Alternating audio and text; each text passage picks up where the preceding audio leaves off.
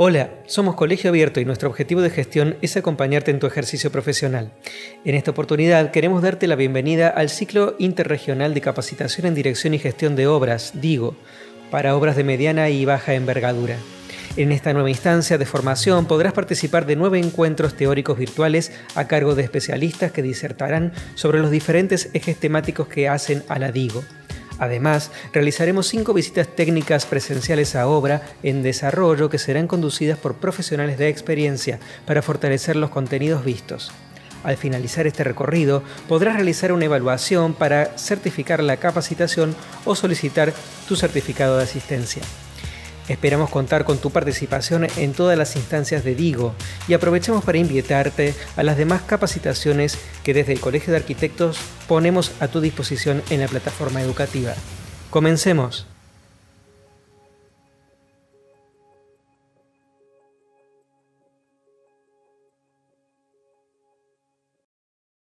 Nuestros saludos a todos los profesionales participantes en este 7º encuentro DIGO sobre dirección y gestión de obra de pequeña y mediana envergadura.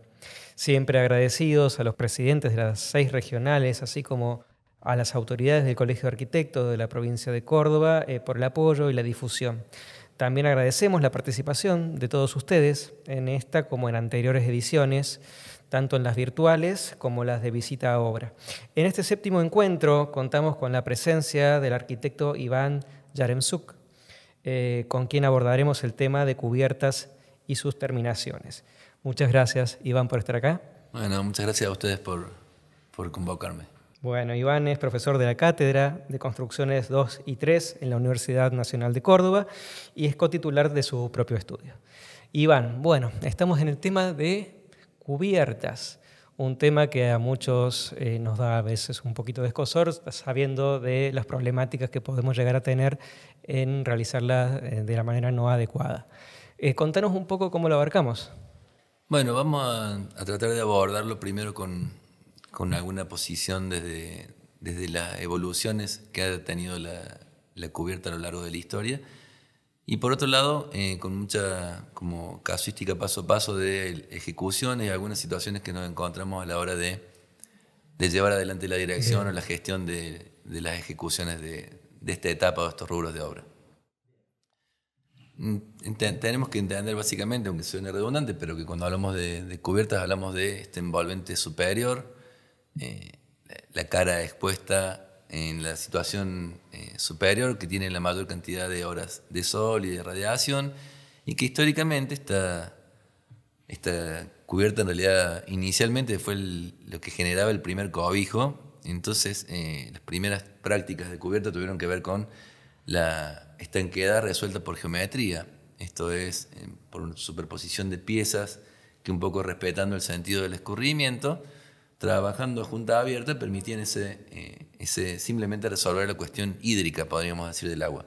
Le Corbusier un poco expresaba en su transición de la muralla al diafragma y a sus nuevos preceptos de la arquitectura como este cambio de 2 aguas por cubiertas que podían empezar a tener otros usos y que un poco traccionaban y demandaban la producción de materiales y técnicas que hicieran posible estas ideas en ese momento un tanto futuristas. Lo cierto es que aparece la condición de estanqueidad por continuidad de monomaterial,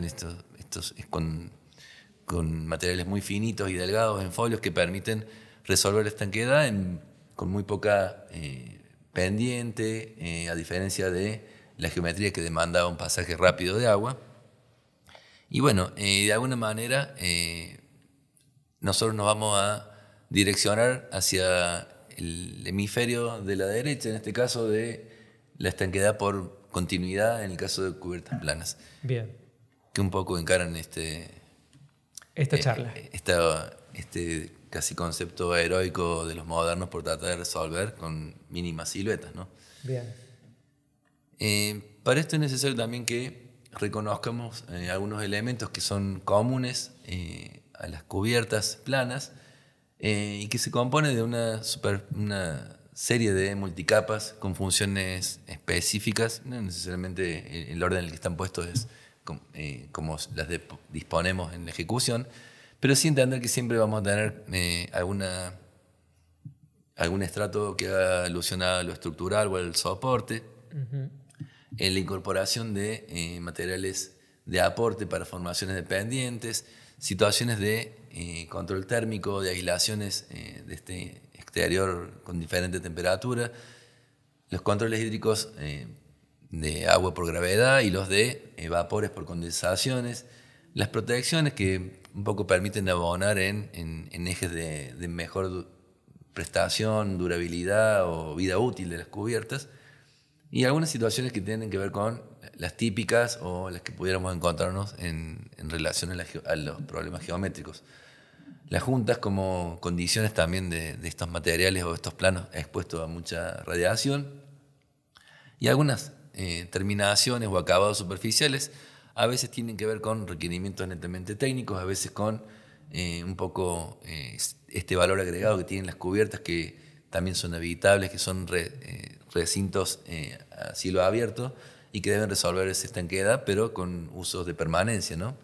Bien. Y algunas alteraciones o customizaciones que pueden tener algunas cubiertas, como las jardines o algunos planos de agua que vamos a tratar de abordar en esta charla. Bien. Hay como una cierta evolución en términos térmicos, digamos, de esta cubierta. A veces uno, cuando hace un paralelo con otras industrias, que en el caso de los autos, históricamente los autos han ido experimentando mejoras que se han ido incorporando en los mínimos estándares de habitabilidad, desde los cinturones que no existían hasta que existieron, luego inerciales, luego airbags y qué sé yo. De esta manera los autos cada vez tienen mayores prestaciones, los bases, digamos, las situaciones básicas. Y en las cubiertas un poco que ha pasado lo mismo, esto que decíamos de este primer cobijo que simplemente resolvía el escurrimiento por geometría, solo agua. Luego empieza a incorporar este confort interior como una condición de lo térmico también atenderlo, y luego tal vez la de poder habitarlo en ese exterior expuesto, y luego tal vez entenderlo como desde el punto de vista energético y de la vida útil y el costo de vida, digamos, de toda su vida útil como conformadora del precio total de una cubierta o de una edificación. Entonces cada vez va teniendo mayores requerimientos. Esto ha sido posible justamente un poco por la prueba y error y las demandas de la evolución, pero también porque ha habido una evolución en los materiales, en las técnicas, que han permitido dar nuevas respuestas a estos enunciados que hacía Le Corbusier en sus cubiertas planas y sus preceptos de la arquitectura moderna.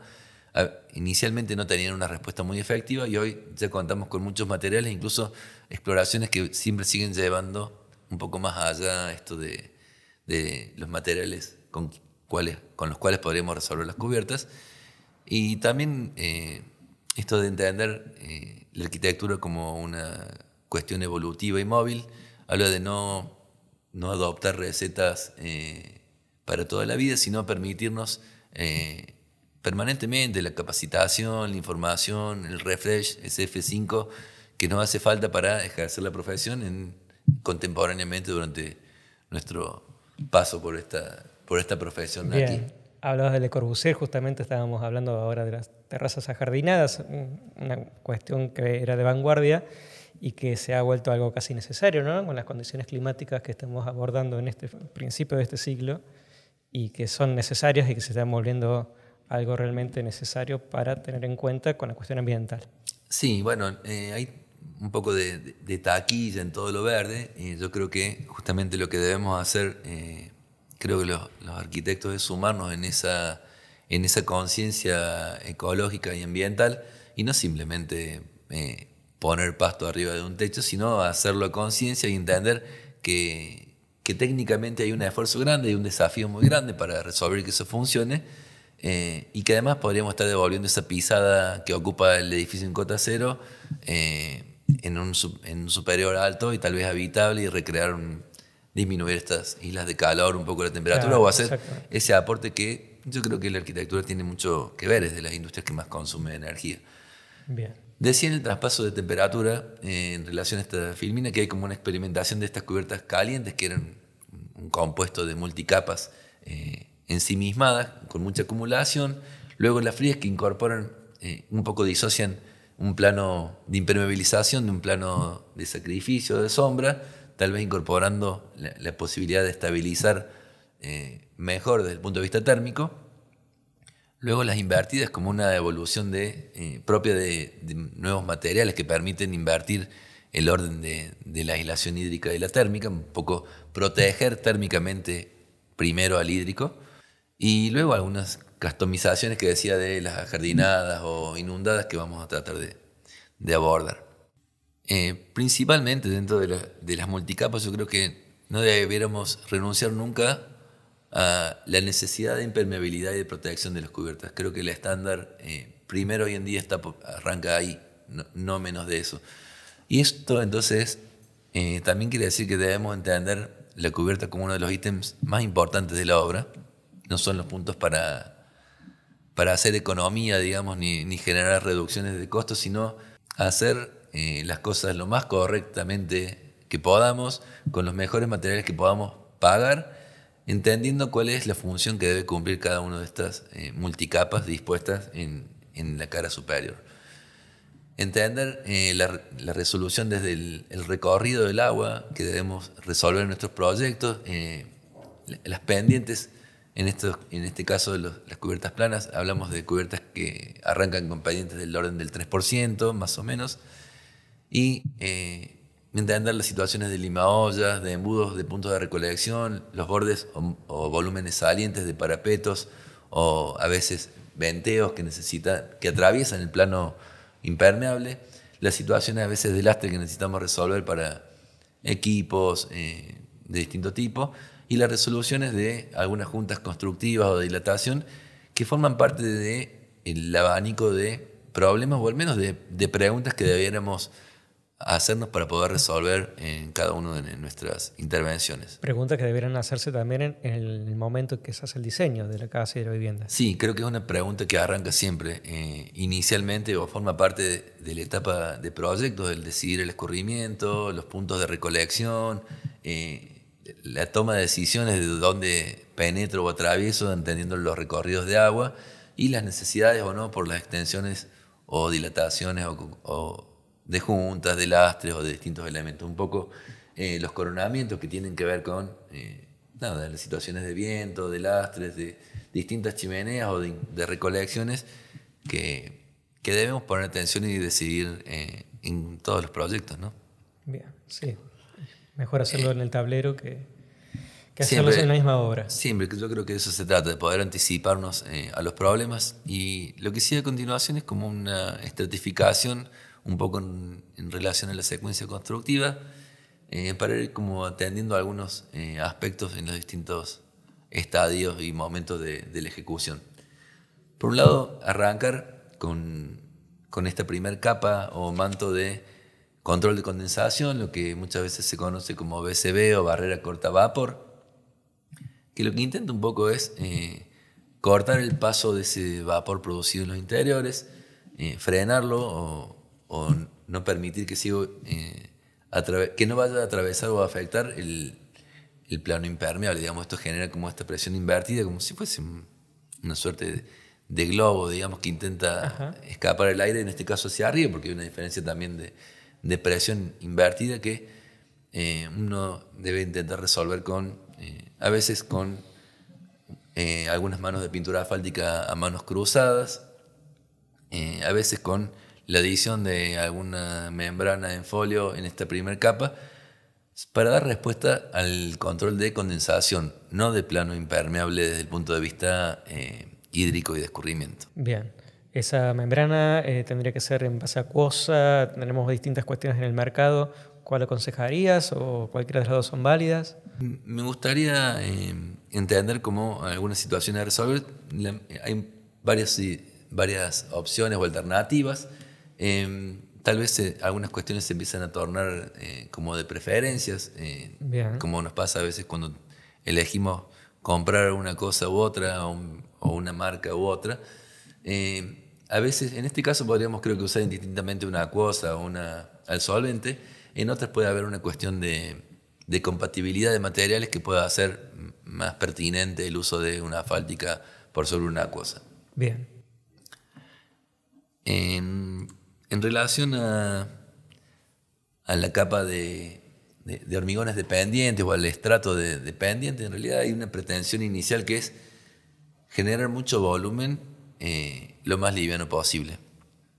Para esto se utilizan materiales de aporte livianos, en el caso de vermiculitas o algunas perlitas de poliestireno, de celda cerrada, y tanto en las prácticas un poco más tradicionales que merecen la disposición de reglas guías en limatesas que definan las pendientes, como en situaciones de proyección de estos morteros los materiales son los mismos, lo que cambia es el modo de ejecución.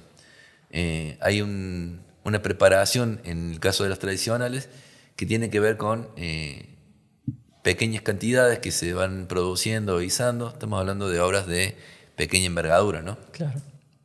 Pero bueno, con mucho aporte de agua, mientras que en el caso de las proyectadas podemos lograr esos volúmenes un poco más aireados.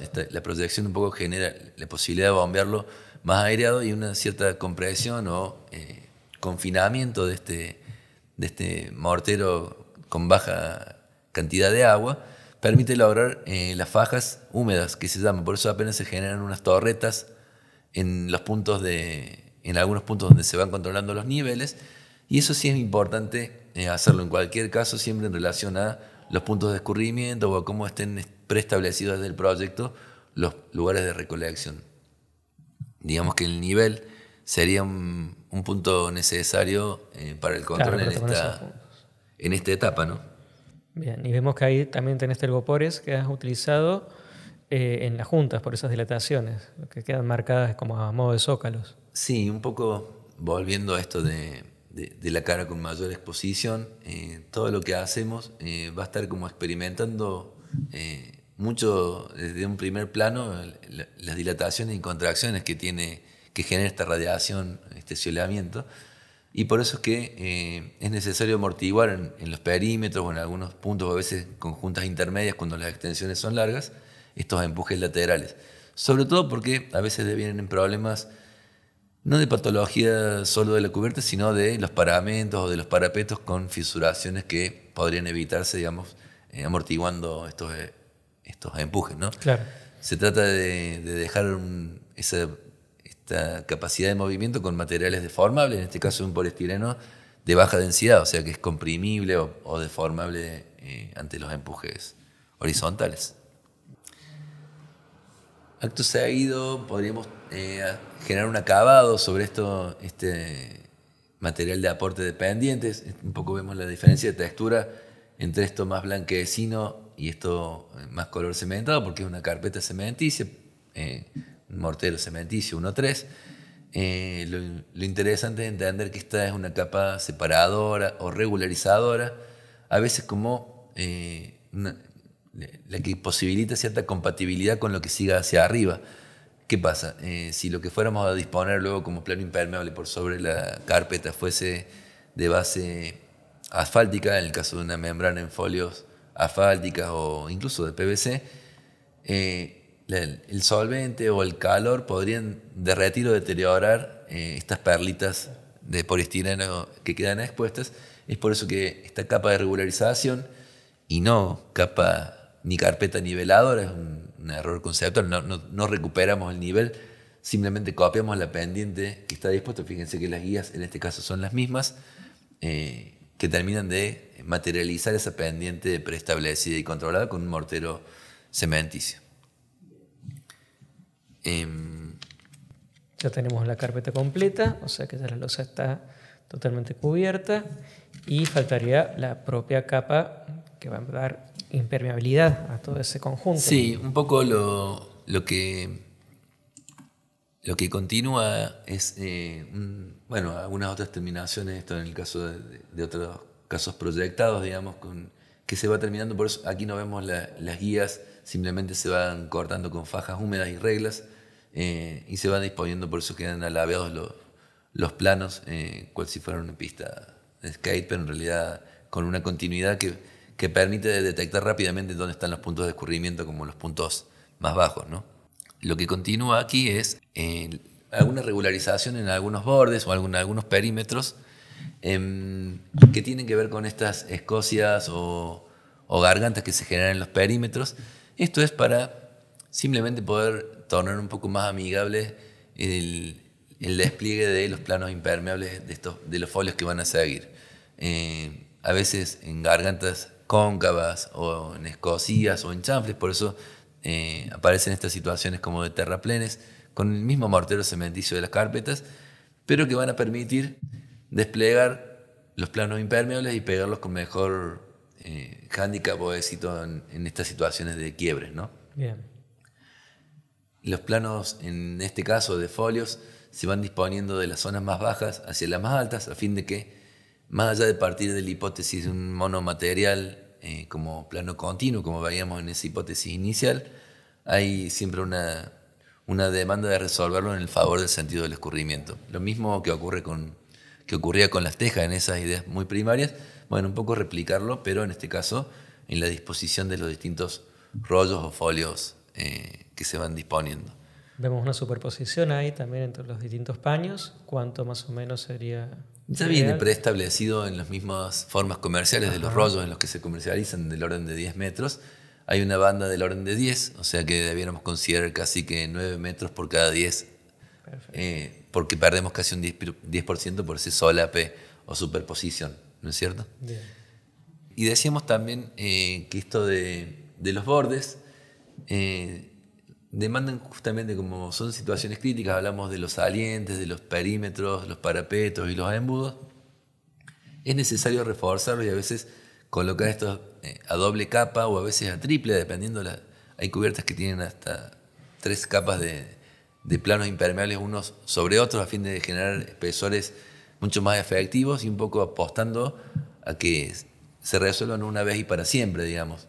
Pero las situaciones de cruces, de salientes, en este caso, podemos ver un refuerzo previo puesto, aplastado, el sentido del escurrimiento está hacia aquella tronera de la esquina, no, creo que no se ve el mouse, pero hacia allí se conduce el agua, entonces se fueron desplegando los paños, alejándose unos a otros, y aquí vemos, antes de cruzar por algunos de estos pases transversales, de un lado y del otro. Aquí hay agua a favor, el agua va escurriendo, es la que no vemos, pero lo importante cuando ocurren estas cosas también es que sean espacios cómodos de trabajo, que se puedan trabajar para lograr las impermeabilidades que necesitamos. A veces pecamos de cuidadosos y dejamos orificios muy pequeños que cuesta saber cómo quedaron impermeabilizados, bien pegados, continuos, bien terminados.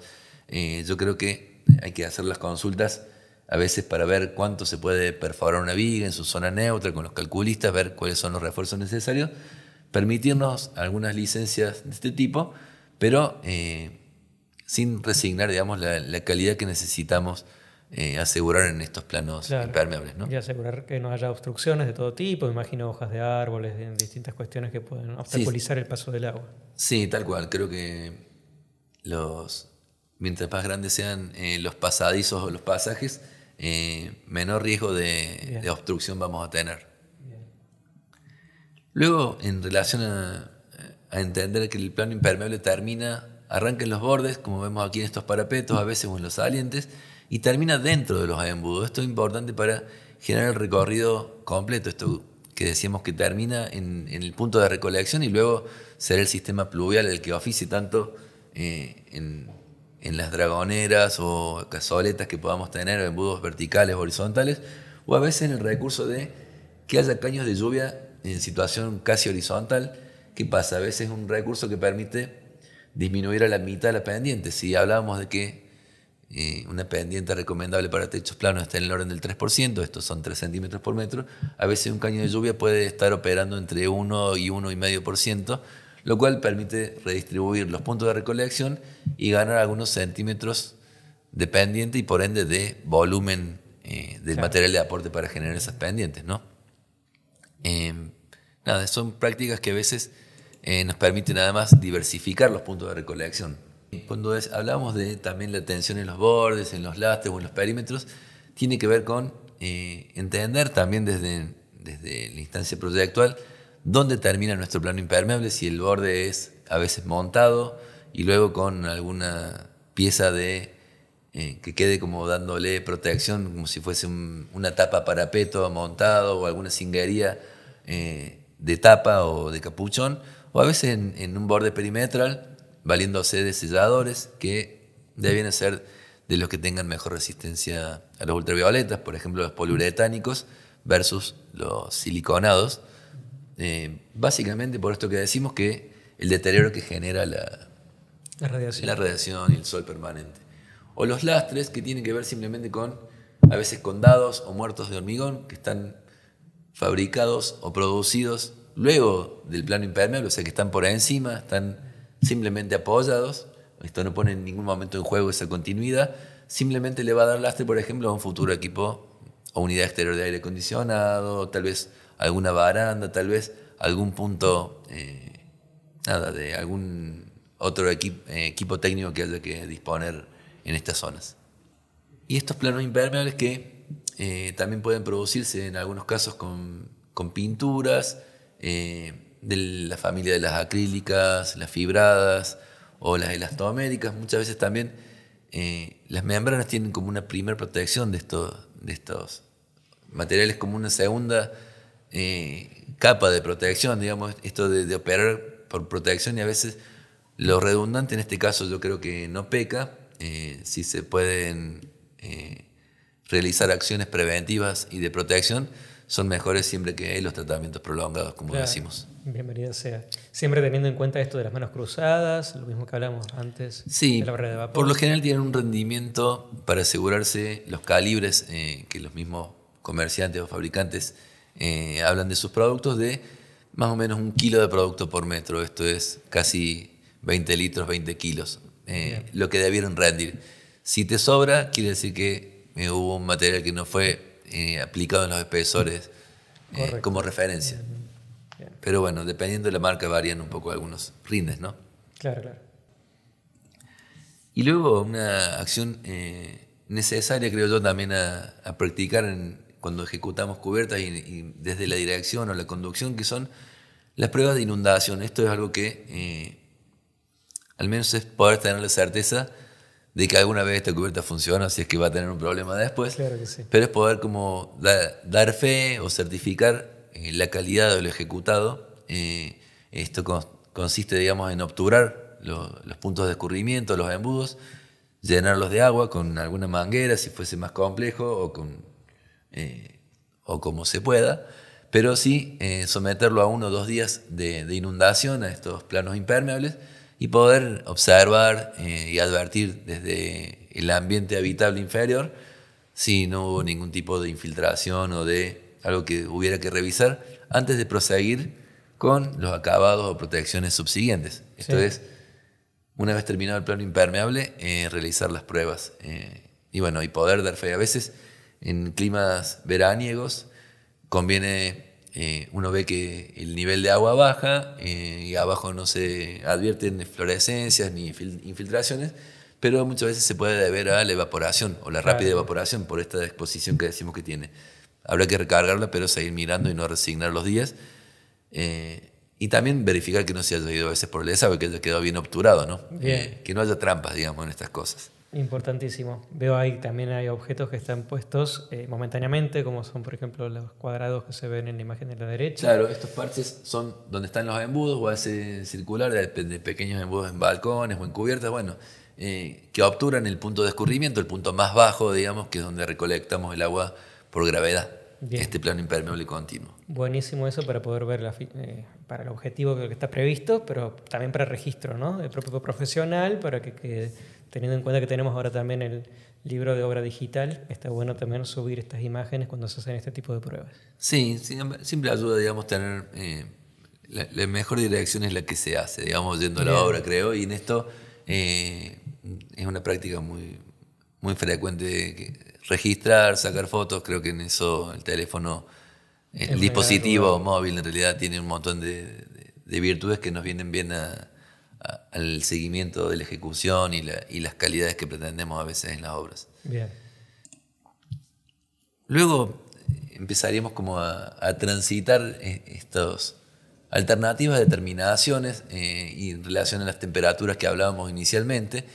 En el caso de las calientes, a veces entender que sobre estos planos impermeables aparecen dispuestos y asentados con un mortero o bovedillas, luego con algún barrido cementicio o losetas, pero están aplicadas directamente sobre el plano impermeable. Esto quiere decir que hay una transferencia directa, digamos, de esa temperatura al plano impermeable, pero no de la radiación. O sea que es un plano de sacrificio que podría incluso fisurarse, tal vez algunas juntas de estas bovedillas dispuestas a bastón quebrado que trabajan un poco más solidarias en las deformaciones, son ávidas de fisuración, pero actuarían, digamos, como sacrificio de proteger ese plano impermeable inferior continuo. Claro. A veces para disipar esos esfuerzos se van disponiendo en paños con juntas constructivas también entre los distintos paños para poder tomarlos luego con selladores elásticos que un poco aseguren esa impermeabilidad o esas deformaciones que puedan amortiguar y poder entender que es un material que queda expuesto tratando de preservar el que sigue.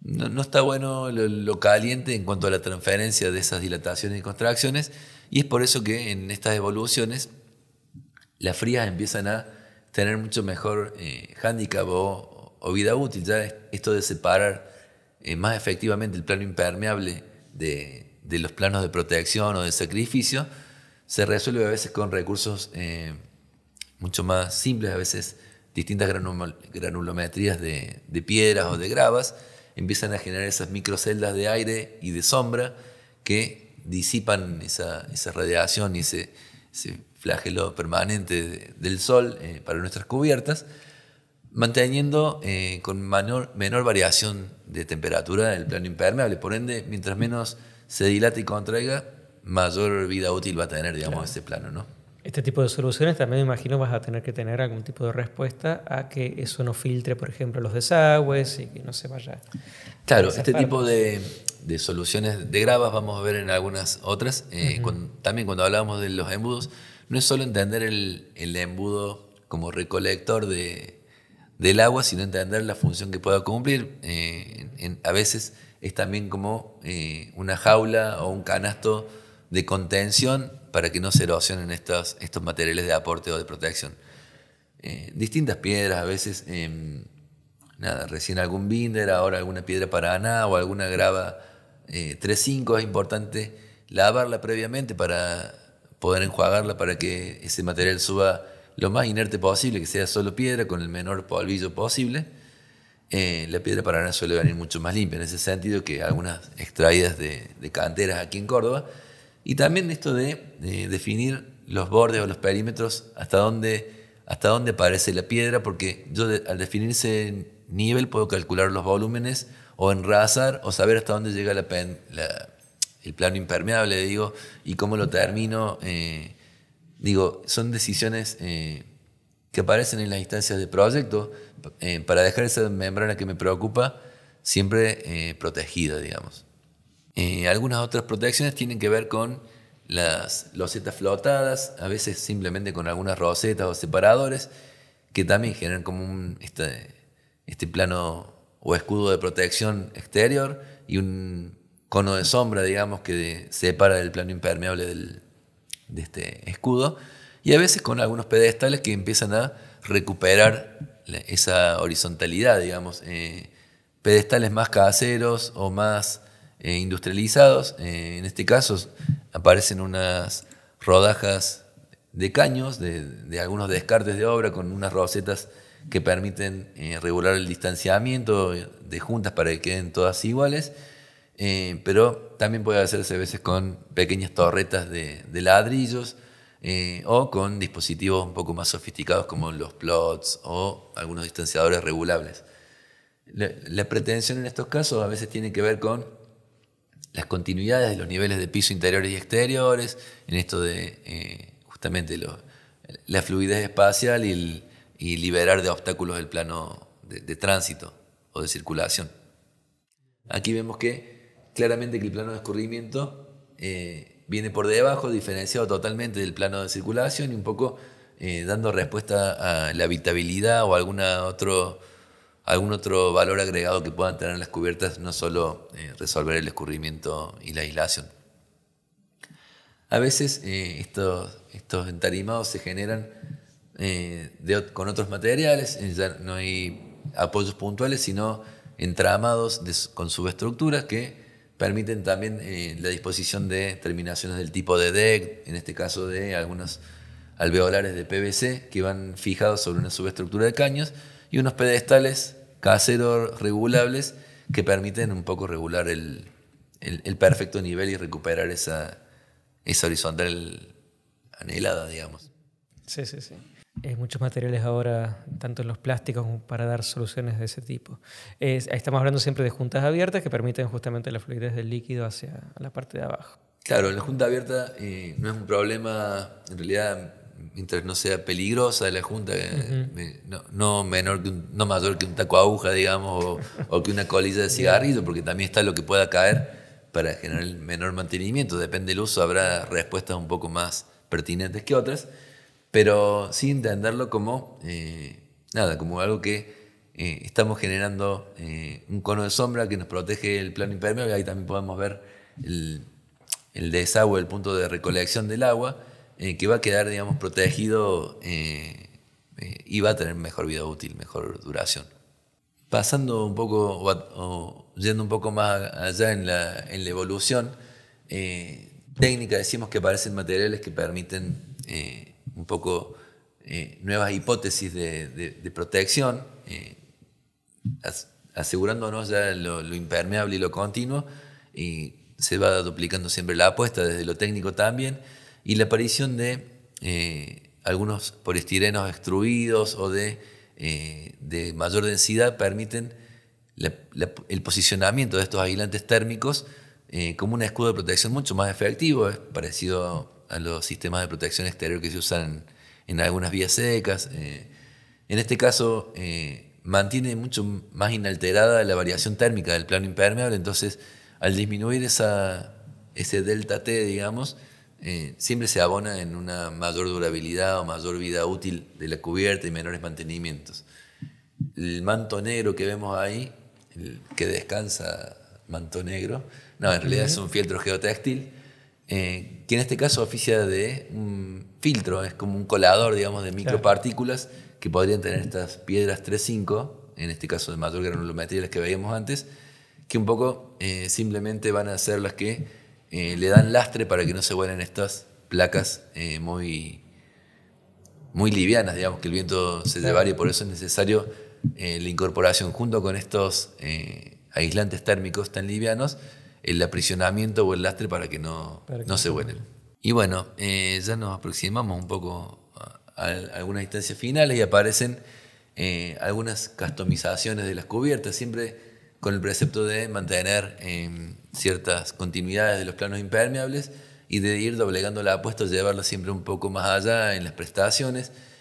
Arrancamos con la Ville Savoie en este manifiesto de Le Corbusier por asignarle un valor a esta quinta fachada, y que hoy es una práctica que decíamos también que desde lo sustentable a veces podemos empezar a atender los arquitectos, entendiéndola como una unidad de producción, tal vez una huerta, tal vez un jardín desde el punto de vista recreativo, de devolverle esta naturaleza borrada o robada en la cota cero, pero que también encuentran materiales que la hacen posible con mejor posibilidades de éxito, digamos, los mantos de drenaje o placas de drenaje que veíamos que se utilizan a veces de PVC, a veces de algunos sintéticos o a veces de plástico, permiten siempre preservar con menor obstáculo el plano de escurrimiento y luego ir disponiendo una serie de capas.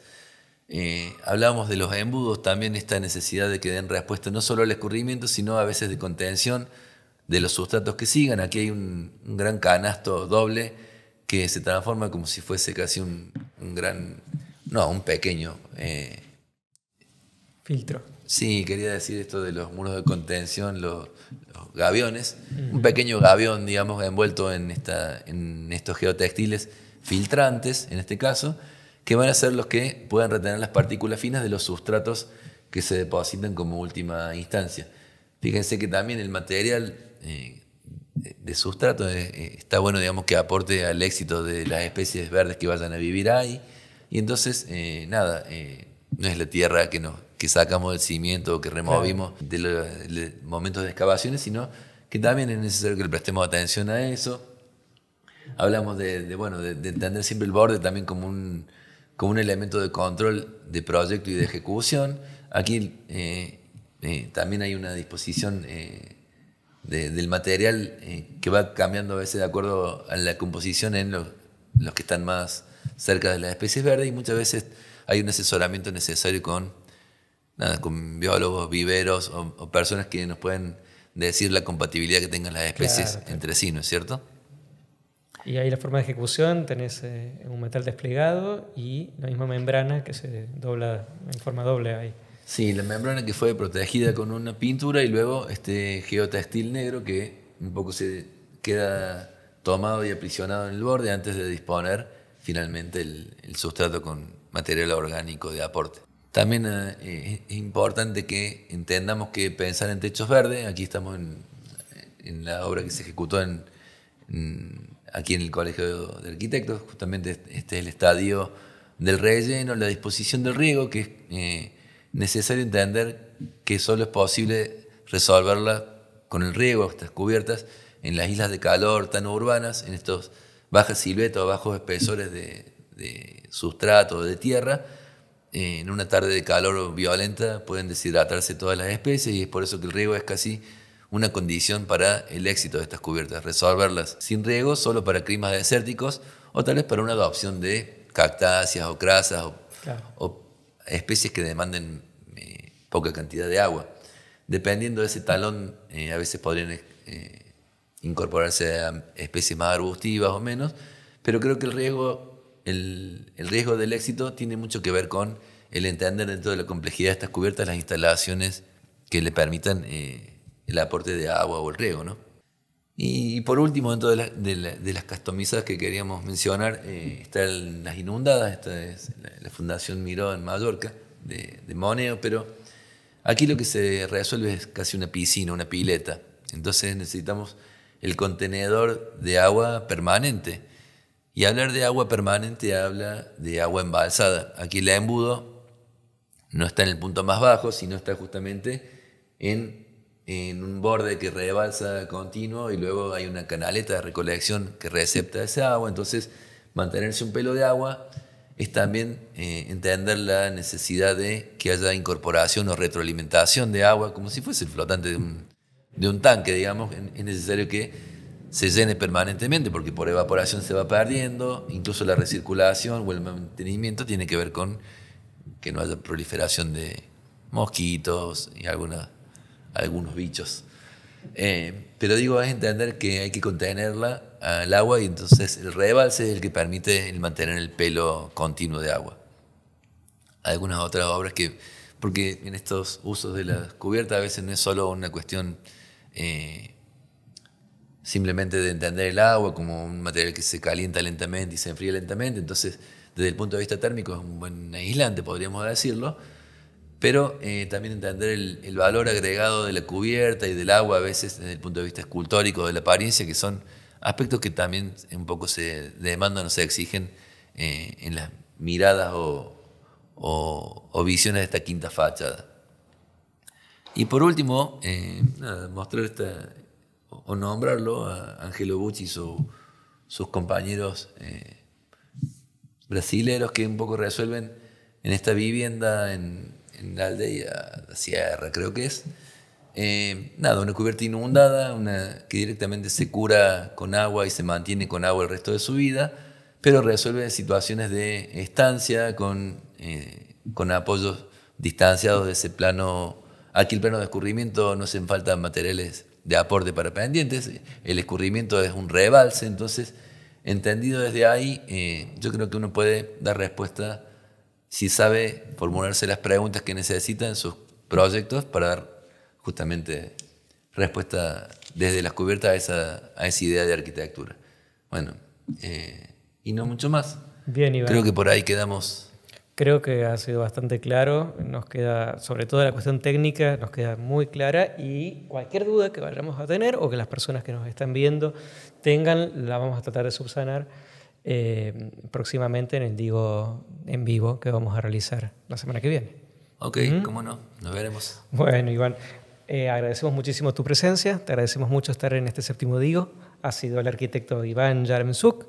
Y bueno, nos estamos viendo entonces la semana que viene. Muchísimas gracias por participar. Gracias Iván. a ustedes.